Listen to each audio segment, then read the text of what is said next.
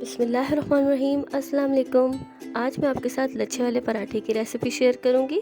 Last night मैंने role paratha बनाया था, उसकी रेसिपी मैं आपके साथ इंशाल्लाह आने वाले दिनों में शेयर करूंगी, तो फुल वीडियो आप देखिएगा। और बहुत ही ज़बरदस्त रोल बने थे।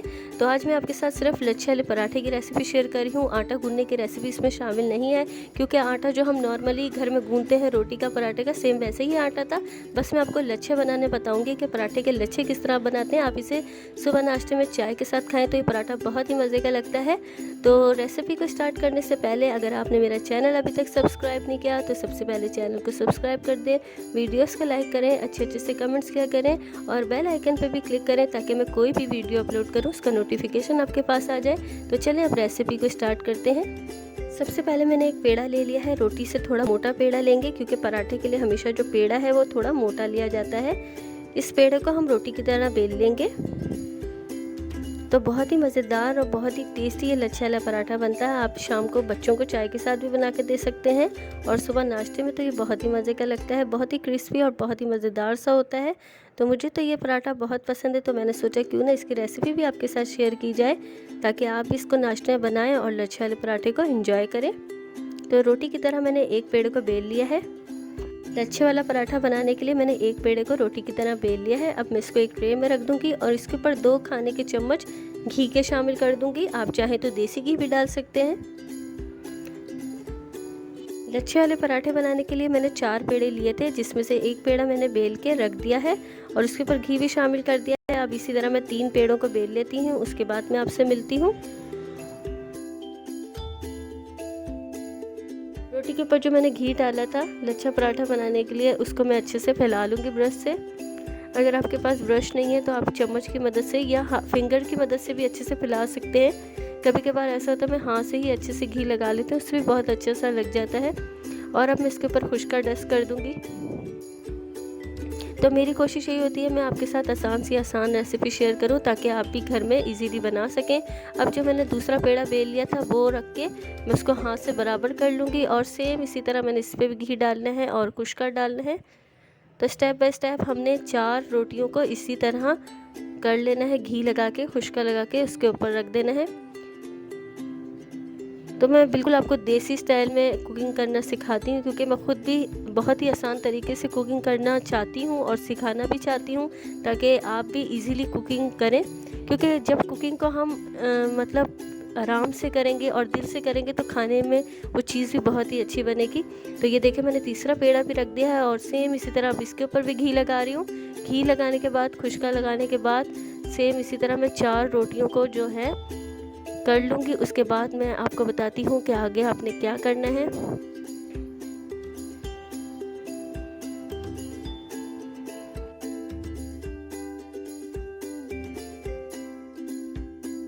तो अब मैं चौथी रोटी भी इसके ऊपर रख दूँगी जो मैंने बेली हुई थी। अब मैं इसको एक स्लिप पे रखती हूँ और आपको बताती हूँ इसकी कटिंग कैसे करनी है। अब मैंने एक पिज़्ज़ा कटर ले लिया है, इससे पराठे के स्ट्रिप्स काट लूँगी। जितना मोटा पराठा आप रखना चाहते हैं उतने ही ज़्यादा स्ट्रिप्स को चौड़ा काट सकते हैं। तो यहाँ पे मैं 6 पराठे के हिसाब से स्ट्रिप्स काट लूँगी। अगर आपके पास पिज़्ज़ा कटर मौजूद नहीं है तो आप किसी नाइफ़ से भी ऐसे स्ट्रिप्स काट सकते हैं। तो ये देखें कितनी ज़बरदस्त इसके ऊपर लेयर्स आई हैं। जिस तरह मैंने एक स्ट्रिप्स को फोल्ड किया है इसी तरह मैं तमाम स्ट्रिप्स को फोल्ड कर लूँगी और बहुत ही ज़बरदस्त से ये हमारे लच्छा पराठे के जो पेड़े हैं तैयार हो चुके हैं। एक एक करके मैं तमाम पेड़ों को तैयार कर लेती हूँ, उसके बाद मैं आपसे मिलती हूँ।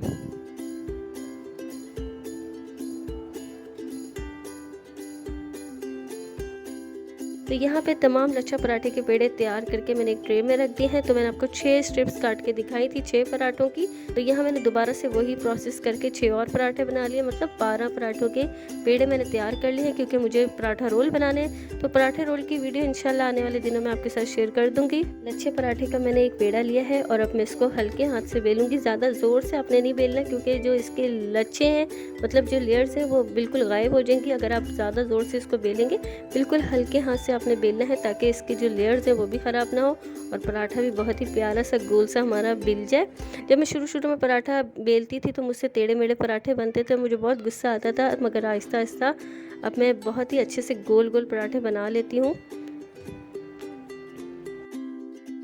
तो मैं पराठे को थोड़ा सा और बड़ा कर लेती हूँ। आप चाहें तो छोटे साइज़ का पराठा भी बना सकते हैं, जैसे होटल वाले पराठे होते हैं छोटे से। इंशाल्लाह आने वाले दिनों में मैं आपके साथ पराठे की और भी रेसिपी शेयर करूंगी। तो ये लास्ट नाइट मैंने रोल बनाए थे, उसके साथ मैंने लच्छा पराठा बनाया था, तो मैंने सोचा इस पराठे की रेसिपी आपको अलग से दूं ताकि आप भी स्ट्रिप्स वाला पराठा बना के ज़रूर ट्राई करें। तवे को मैंने चूल्हे पर रख दिया था ताकि ये अच्छे से गर्म हो जाए, और तवा बिल्कुल अच्छे से गर्म हो चुका है। मैंने इसके ऊपर पराठा डाल दिया है। जब पराठा आप बनाने लगे तो इस बात का ध्यान रखिएगा कि तवा अच्छे से गर्म होना चाहिए ताकि पराठा जो है बहुत ही अच्छे से सिके। तो पराठे की साइड को मैंने बदल दिया है। दोनों तरफ से पराठा अच्छे से सिक गया है। अब मैं इसके ऊपर घी शामिल करूंगी। मैं थोड़ा ही घी डालूंगी क्योंकि नॉन स्टिक तवा है, इस पर थोड़े घी में भी पराठा अच्छे से सिक जाएगा। अगर आपको ज़्यादा घी पसंद है तो आप ज़्यादा डालें, मगर थोड़ा घी डालने से पराठा जो है वो क्रिस्पी भी बनता है और साथ ही साथ ज़्यादा हैवी भी नहीं होता। इसलिए थोड़ा घी डाल के आपने भी इसको सेक लेना है। छोटी छोटी टिप्स हैं जो मैं आपके साथ साथ शेयर करती जाती हूँ। अब पराठे को मैं एक चम्मच की मदद से प्रेस करूँगी ताकि ये अच्छे से अंदर से भी सिक जाए। तो घी डालने के बाद दोनों साइडों से अच्छी तरह आपने सेक लेना है। तो बहुत ही ज़बरदस्त सा ये लेयर वाला पराठा जो है बहुत ही मज़ेदार सा क्रिस्पी सा बस तैयार होने वाला है। तो इसको मैं चम्मच की मदद से इसलिए दबा रही हूँ ताकि ये अच्छे से अंदर से भी पक जाए। तो इसकी लेयर्स आपको हल्की हल्की ऊपर से नज़र भी आ रही होंगी। तो जब आप इसको खाएंगे तो खाने में ही आपको ये लेयर्स नज़र भी आएंगी।